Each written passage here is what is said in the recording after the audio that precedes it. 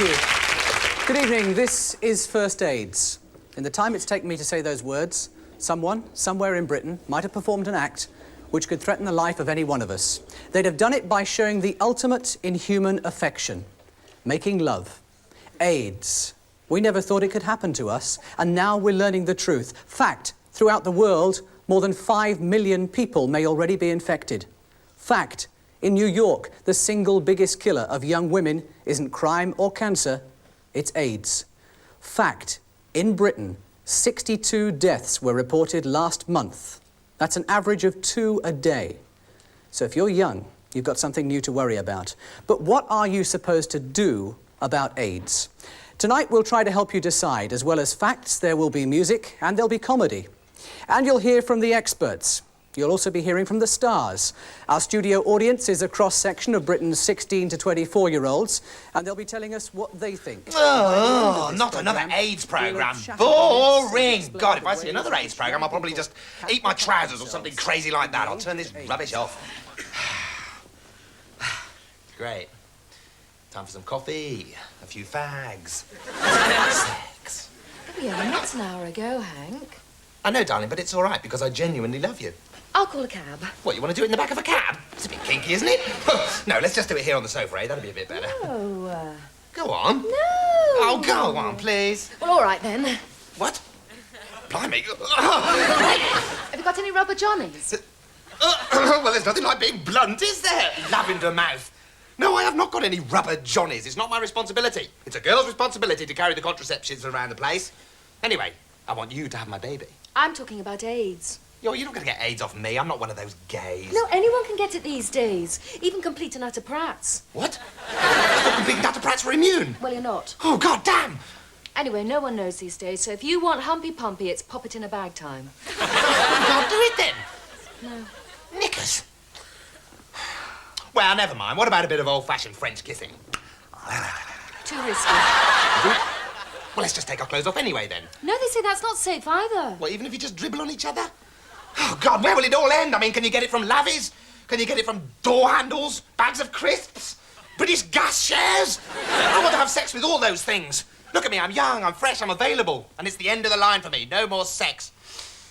Give me a needle and thread, I'm going to sew up my flies. I got Durex. Ugh, what are you, a tart? But this is fantastic. Put it on.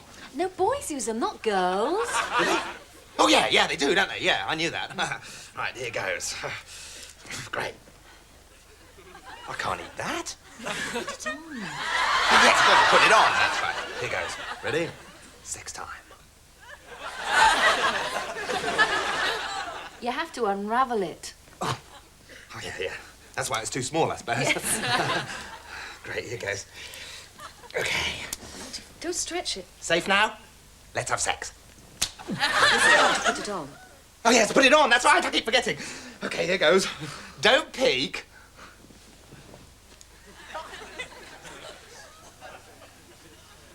Let's have sex. On a thing?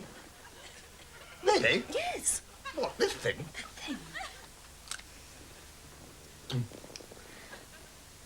Like this. Great. Let's do it. All right, be careful.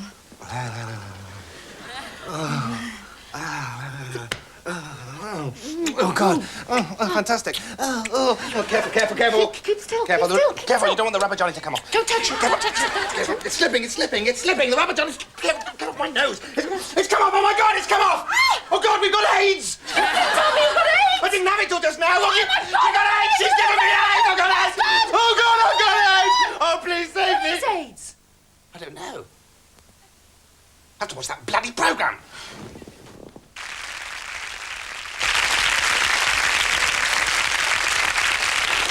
And thank you, Rik Mayall and Joanne Pearce. Rik Mayall was playing the part of the misconception there. Now, you may think that their sketch was a bit far-fetched, but for this programme, we carried out a lot of research into what young people think. And we actually did find a 16-year-old in Glasgow who thought it was his girlfriend's job to wear the condom. In the main, however, young people did turn out to be much better informed about AIDS than we'd expected. Most of them knew that AIDS is transferred from body fluid to body fluid and can't be caught like flu from the person next to you on the bus. They knew that sharing syringes for injecting drugs was extremely dangerous, and that sex could be dangerous too, for straights as well as gays. Most of the young people we talked to didn't want more information. They wanted to know what to do. But there were some who were quite convinced that they needn't do anything. I mean, not everyone's got it. 1 in every 1,000 have got it. I mean, OK, it's going to get bigger. And when it does get very big, then maybe I will start protecting myself. But at the moment, I'm not going to bother. I mean, everything can kill you. You could just fall downstairs and you could die. I mean, but it's only this AIDS thing come out, and I suppose, yeah, I don't think it's worth the money just advertising about it, actually. I try not to think about it too much. I know it's daft, but I mean, I'm just sick and tired of hearing about AIDS. It does worry me, but I don't let it ruin my life. It's just one of the things that happens, isn't it? Sort of like, more people die from getting run over than get AIDS. It's just blown out of proportion, I think. AIDS amongst straight people is still very uncommon, but that doesn't mean we shouldn't worry. For though AIDS itself may still be rare, the virus which causes it is spreading fast. Nobody knows for sure who's infected and who isn't. That's because the AIDS virus works in a most unusual way. Here's the latest picture of the AIDS virus. Once inside the body, it attacks the very cells that are supposed to fight disease. The blue specks in this picture from Sweden are AIDS viruses trying to drive their way into one of those defense cells.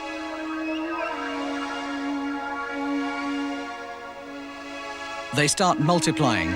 Here's a close-up of the viruses breeding on the cell's surface. Eventually, they destroy the body's defenses. Here's a cell in the last stages of being blown apart. Many cells can be destroyed in this way before victims realize what's happening. They can feel and look perfectly healthy for months or even years. But sooner or later, some infected people start finding it harder to fight off disease. They get strange sorts of infections and rare forms of cancers. It's only then they realize they have AIDS. In a year or so, they die. Always. But it's that long period when people are infected without realizing it that makes AIDS so dangerous.